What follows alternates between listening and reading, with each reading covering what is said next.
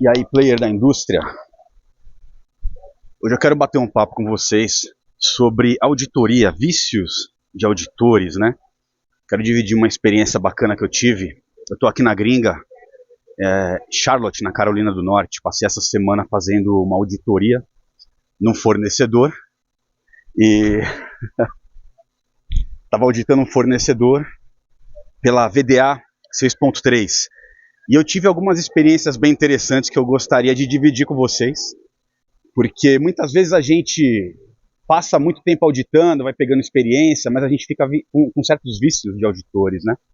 Então, por exemplo, quando a gente pega a VDA 6.3, o item 651, se eu não me engano, que fala sobre gestão de material não conforme, em um dado momento a gente espera chegar na fábrica, a gente pergunta onde tem a área de material não conforme e a gente espera encontrar o quê? Uma área que vai ter lá um cadeado, né, uma área trancada com cadeado, e a gente vai observar, vai analisar como o fornecedor faz essa gestão. Mas a norma não fala isso, ela não fala que você tem que ter um cadeado trancando uma área de material não conforme. Para falar a verdade, a norma nem diz que precisa ter uma área de material não conforme. Ela diz o quê? Que a organização tem que segregar materiais não conforme e fazer a gestão. Agora, como eles vão fazer isso, é problema deles, entendeu? Colocar um cadeado, criar uma área de material não conforme e colocar um cadeado é uma forma de atender a esse requisito. Mas ele pode atender de outras formas. Quais outras formas? Eu não vou falar porque eu não vou falar o que eu vi porque tem o tratado de confidencialidade, mas o ponto é, muitas outras empresas usam da sua criatividade para atender certos requisitos da norma, que muitas vezes vai apresentar algo diferente daquilo que a gente está acostumado, né? E a gente já coça o dedo, né, quando você vê uma área de material não conforme sem o cadeado, ou de repente nem tem a área, você já coça o dedo para dar não conformidade. Mas a questão é, quem disse que tem que ter uma área? Quem disse que tem que ter um cadeado trancando? A organização tem que garantir que não vai misturar peça ruim com peça boa. Tem que garantir que vai fazer uma gestão do material não conforme. Agora, como eles vão fazer isso, é problema deles. O nosso papel é verificar se o que eles estão fazendo atende ou não o requisito.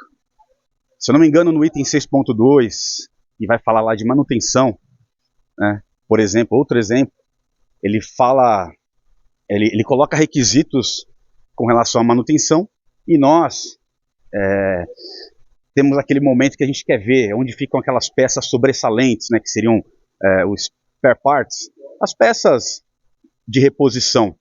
Então, o cara tem uma máquina-chave, que se parar, vai parar a sua linha de produção, e a gente espera que ele tenha uma lista de itens, de peças, que ele vai utilizar para repor uma peça que queimou. Por exemplo, um fusível de uma determinada máquina, que é crítica. Se esse fusível queimar, a gente espera que ele tenha peças de reserva, né, e uma lista com a quantidade de peças para poder fazer a substituição. E além disso, a gente espera o quê? Que ele controle esse inventário. Uma vez que ele usou uma peça de reposição, ele vai comprar uma nova para poder atender. E a gente espera encontrar o quê? Uma lista no Excel ou um software que faça esse controle. Mas a norma não fala isso. Ela não fala que tem que ter uma lista no Excel ou um software que faça esse controle. A norma fala que ele tem que fazer a gestão das peças de reposição, garantindo que a sua máquina não vai parar, que a sua linha de produção não vai parar e que ele vai sempre atender a demanda do cliente. Como ele vai fazer isso é problema dele. A nossa função como auditor é verificar se o que ele está fazendo atende ou não aos requisitos. A solução que ele vai apresentar, a gente não pode impor, baseado nos nossos vícios, né? Ele pode criar uma solução que atenda ao requisito e que é diferente daquilo que a gente costuma ver. Esse é o ponto. Isso que é interessante. E eu tive uma surpresa muito boa nessa auditoria que eu fiz, porque eu enxerguei diversos itens da norma que eram atendidos de uma forma diferente do que eu estava acostumado a ver. E num primeiro momento soa esquisito, né? Você pensa, pô, mas como que você faz esse controle? Como que você atende? E a gente, como auditor, tem que ter a mente aberta para se deparar com novas soluções, né? E o nosso papel como auditor é verificar se essa solução atende ou não ao requisito. A gente não pode impor uma solução para a organização que a gente está auditando. A gente tem que avaliar a solução que a empresa encontrou para atender ao requisito. E se atende, tá ok. Né? Se a organização não tem uma área de material não conforme, ou se tem, mas não está trancada, se eles não usam software ou um arquivo no Excel para fazer esse controle, a gente não pode dar uma não conformidade por causa disso. Porque se eles têm uma outra forma de garantir esse requisito, a gente tem que, o nosso papel é avaliar se aquilo é eficaz ou não.